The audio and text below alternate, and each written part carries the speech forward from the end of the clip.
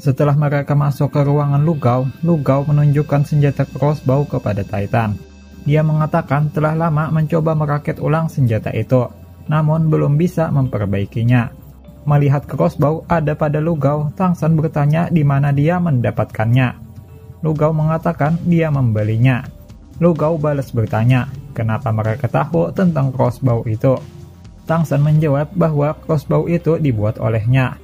Mendengar itu, Lugao bergegas ke sisi Tangsan dan meminta menunjukkan cara agar bisa mengembalikannya seperti semula. Dan jika Tangsan memberitahunya, Lugao akan memberikan gelar pandai besi kelas sarjana kepada Tangsan tanpa melakukan ujian.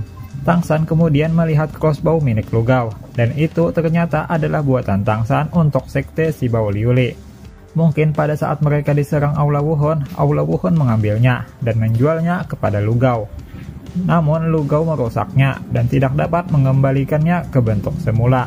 Karena senjata rahasia yang dibuat Tangsan untuk dijual memiliki perlindungan, agar tidak ada yang bisa menirunya. Lugao meminta Tangsan untuk memperbaikinya di ruangannya, namun Tangsan menolak. Tangsan berkata, jika dia memperbaikinya di sini, maka pembuatan senjata crossbow akan bocor dan akan merugikan sekte Tang. Lugao yang mengira Tangsan adalah murid Titan mengeluh, meminta Titan menyuruh Tangsan menuruti perkataannya. Namun Titan menggelengkan kepalanya dan berkata dia tidak bisa melakukan apa-apa karena Tangsan adalah pemimpinnya, pemimpin sekte Tang.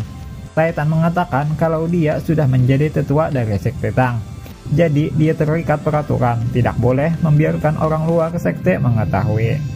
Titan juga berkata di sekte Tang crossbow adalah senjata yang paling biasa. Masih banyak yang lebih hebat darinya. Pernyataan Titan tentang senjata yang lebih hebat dari crossbow membuat Lugao penasaran dan ingin bergabung dengan sekte Tang. Oscar mengatakan jika bergabung dengan sekte Tang, maka dia harus mematuhi aturan sekte. Lugao mulai kesal karena dibatasi dan mengatakan bukankah jika pandai besi mengetahuinya, itu akan menaikkan derajat pandai besi. Tangsan menjawab keuntungan pandai besi memang baik, namun dia juga harus memikirkan sektenya sendiri.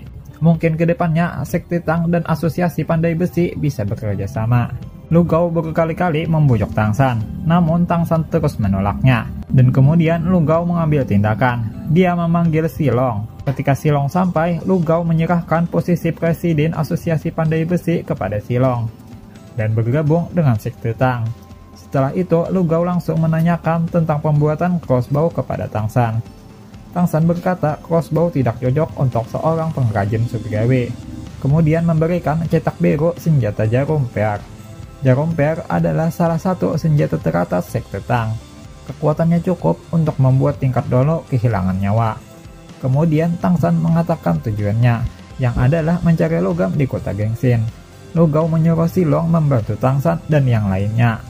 Setelah keluar dari tempat Lugao, Titan mengeluarkan daftar belanjaannya dan menyerahkannya kepada Silong.